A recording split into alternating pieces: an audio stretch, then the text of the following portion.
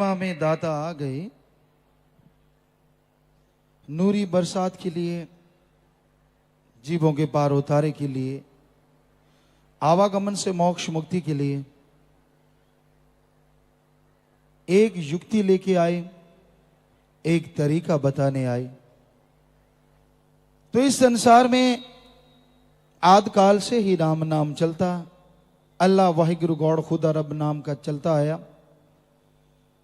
उसके लाखों करोड़ों नाम बताए और सभी ने उन पे अपना अपना बिजनेस व्यापार शुरू कर लिया।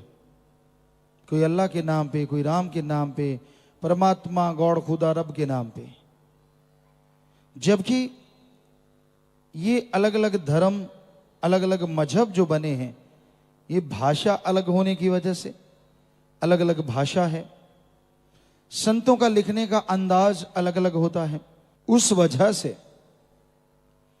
लेकिन कहीं भी धर्मों में कोई द्वेष द्वेष नहीं है। किसी भी धर्म को ले लीजिए, सभी धर्मों में सबके लिए दरवाजे खुले हैं। कोई पाखंड करे, कोई ढोंग करे तो बात अलग है। तो हर धर्म, हर मजहब में एक ही संदेश है, ईश्वर को पाना है और उसकी औलाद से निस्वार्थ भावना से प्यार कमाना है।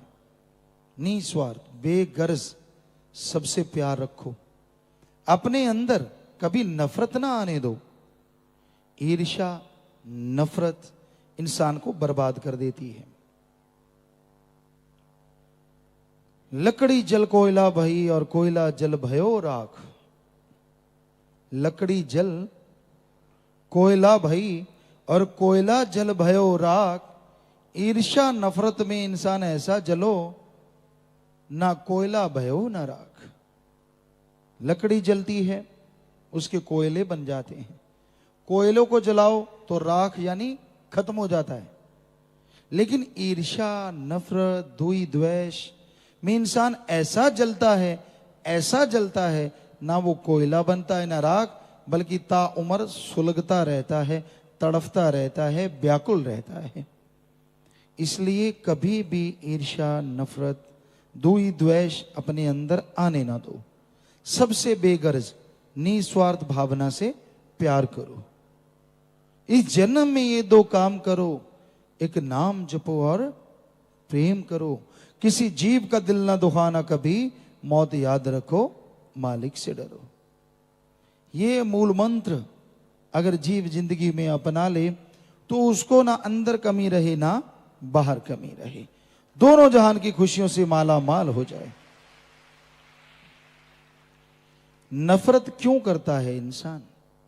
क्यों नहीं आपस में बेगर्ज मोहब्बत करता? चंद नोटों के सिक्के के लिए इंसान इंसान का दुश्मन बन जाता है। इंसान गुलाम बन जाता है, दूसरों के हाथों की कठपुतली बन जाता है। उसका दीन, ईमान, मजहब सब खत्म हो जाता है। ये गलत है, ऐसा नहीं करना चाहिए। अरे ये नोटों के सिक्के, ये माया जिस तरह से वृक्ष की छाया है, बादलों की छाया है, उस तरह है, हमेशा एक जगह नहीं रहती। बड़े धनवान आए, उनके नाम का डंका बजा, उनके नाम का सिक्का चला, लेकिन आने वाली उनकी पीढ़ियों का कोई नाम नहीं जानता। और आज उनकी पीढ़ियां कहां हैं, किधर गई, पता ही कुछ नहीं। तो कहने का मतलब, हम ये नहीं कहते कि दौलत कमाओ ना, जीने के लिए कमाओ। अगर कमाने के लिए जीने लग गए तो सारी उम्र कोलू वाला बैल बने रहोगे, दुखी होते रहोगे, परेशान होते रहोगे। कोलू वाला बैल शायद आज के बच्चे ना जानते हो, क्योंकि आजकल मशीन का युग आ गया है। पहले गन्ना, जैसे यहाँ ईख है, उसका रस निकालते, आज भी शायद झोटा बुगी वगैरह लगाते होंगे कई जगह गरीब किसान। या सरसों का तेल जो होता, उसको बनाया जाता, सरसों डाली जाती, उसकी खड़ बनती, तो वो कोहलू पे बैल चला करते। बैल चलते या ऊंट चला करते, अलग अलग इलाका है अपने अपने हिसाब से। तो उनकी आंखों में यूं ऐसे पर्दे से लगा देते साइडों में, कि ताकि सीधा ही देख सके, यूं इधर उधर ना देखे, तो बस बेचारे की यही जिंदगी, एक ही दायरे में यूं घूमते रहना प्रकार की तरह सारी जिंदगी।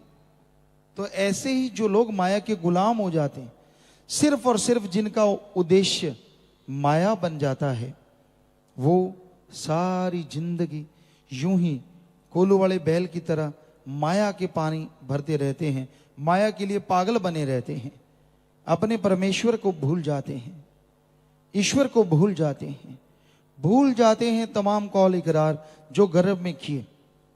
तो इनसे बचने के लिए सत्संग में आना, सुन के अमल कमाना अति जरूरी है।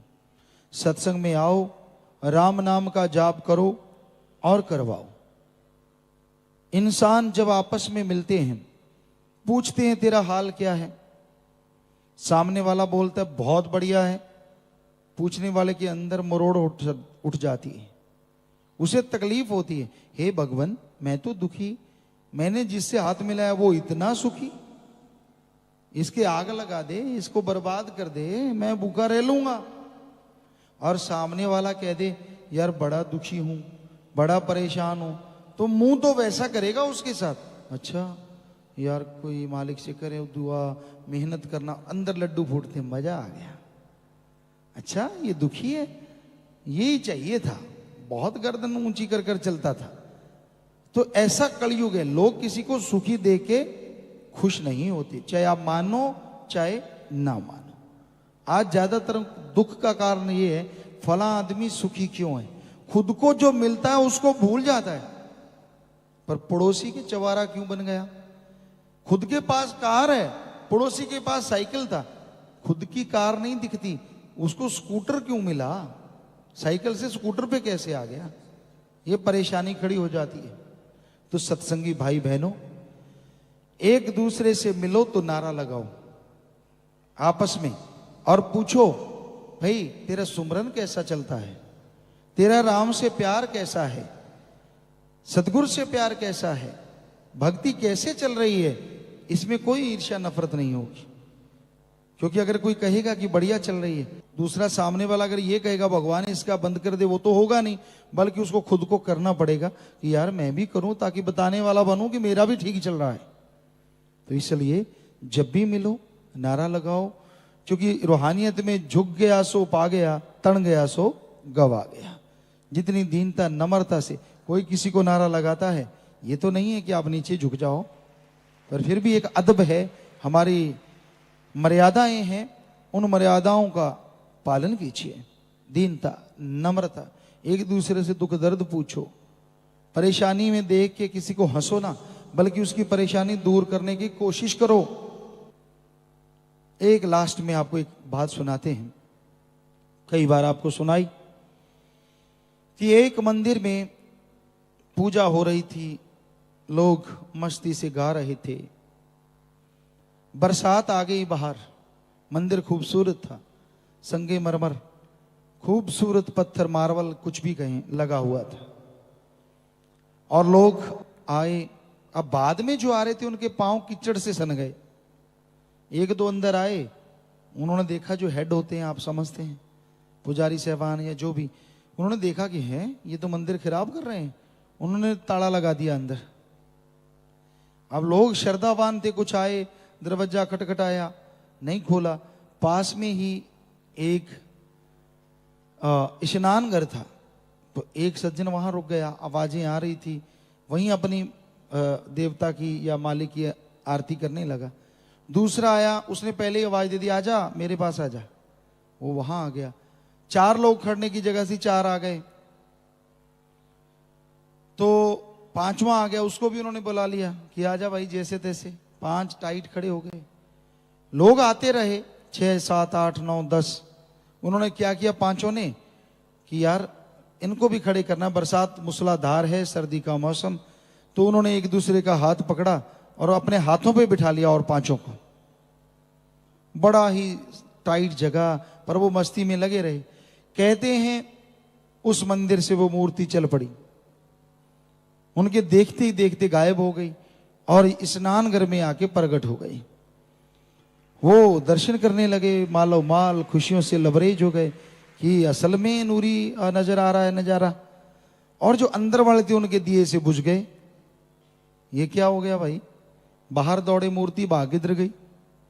दरवाजे खोले, देखा रोशनी ही रोशनी स्नान घर में, वहां तो बड़ी रोशनी हो रही है। देखा तो वहां नजारे लूट रहे हैं लोग। तो आवाज आई कि आप अंदर ही रहो, पत्थरों से मत्था मारते रहो, जिसको भावना है भगवान उसी को दर्शन दिया करते हैं। सो सेल्फिश नहीं बनना चाहिए, खुद गर्ज नहीं। आदमी रूहानियत में माला माल हो जाता है अगर उसके अंदर दूसरों के दुख दर्द की भी भावना हो। यार ये दुखी है, ये परेशान है, इसको बताऊं कि राम का नाम जप, इसको बताऊं कि सत्संग में आ, अरे नाम ले ले, ताकि उसके अंदर की तमाम परेशानियां दूर हो जाएं और उसकी दूर होंगी। आपके अंत्यकरण में मालिक का नूरी स्वरूप हो सकता है, पता नहीं कब प्रकट हो जाए और खुशियों से आप माला माल हो जाएं। इसलिए एक दूसरे की मदद करना चाहिए, एक दूसरे के लिए दीनता, नम्रता, प्यार मोहब्बत की भावना रखना चाहिए। ईर्ष्या, नफरत, दुई, द्वेष को जड़ से मिटा डालो सुमरन के द्वारा, सेवा के द्वारा। ये बुरी बला है, मैं बुरी बला है, सको तो निकसो भाग, कहे कबीर कब लगी रहे रुई लपेटी आग। कि रुई में आग लपेट के हाथ में बंद कर लो मुट्ठी में, कि मेरी मुट्ठी को कुछ नहीं होगा। कितनी की देर वो अंगार को रोकेगी रुई? आखिर रुई ने जल जाना है और हाथ ने खत्म हो जाना है, जल जाना है। उसी तरह आपके अंदर अहंकार, खुदी, नफरत है, उसको निकाल डालो, वरना ये आपको बर्बाद कर देगी, आप बर्बाद हो जाएंगे। इसलिए किसी के प्रति रखनी है भावना तो निस्वार्थ भावना का प्यार रखो, मोहब्बत रखो, सबका भला मांगो, सबका भला करो, भगवान जी आपका भला जरूर करेंगे। धन धन सतगुरु तेरा ही आशा। सभी साध संगत जी से निवेदन है कि मेरा चैनल जरूर सब्सक्राइब करें जी। धन धन सतगुरु तेरा ही आसरा।